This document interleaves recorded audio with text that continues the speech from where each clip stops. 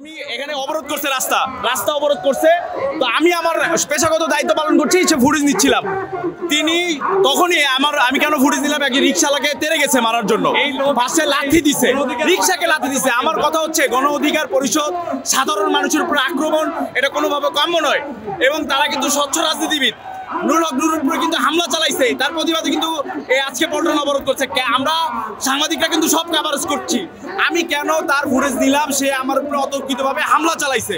এটা আসলে গণ অধিকার পরিষদের নেতাকর্মীদের আসলে আমি কামনা না যে তাদের আমি আপনার নেতাকর্মীরা ভাই আপনাকে এই লোক ভাই গণ অধিকার পরিষদের ভিতরে ভাই আমি বলেছিলাম সড়ক অবরোধ করছে, তখন একজন রিক্সা চালককে আমরা শুনেন, গণ অধিকার পরিষদের যদি কেউ হয়ে থাকে সেটা আমরা দেখব, কিন্তু এইখানে অনেক দুষ্কৃতকারী ঢুকে যেতে পারে, যারা হয়তো বা ধাক্কা দিতে পারে, সেজন্য আমরা আন্তরিকভাবে দুঃখিত। আমরা দুঃখিত এই জন্য। মনে করেন জাতীয় পার্টির কিছু লোকজন এখানে ঘোরাঘুরি করতেছে, তারা হয়তো বা কোনো ধরনের সাংবাদিকদের সাথে ইয়ে করতে পারে।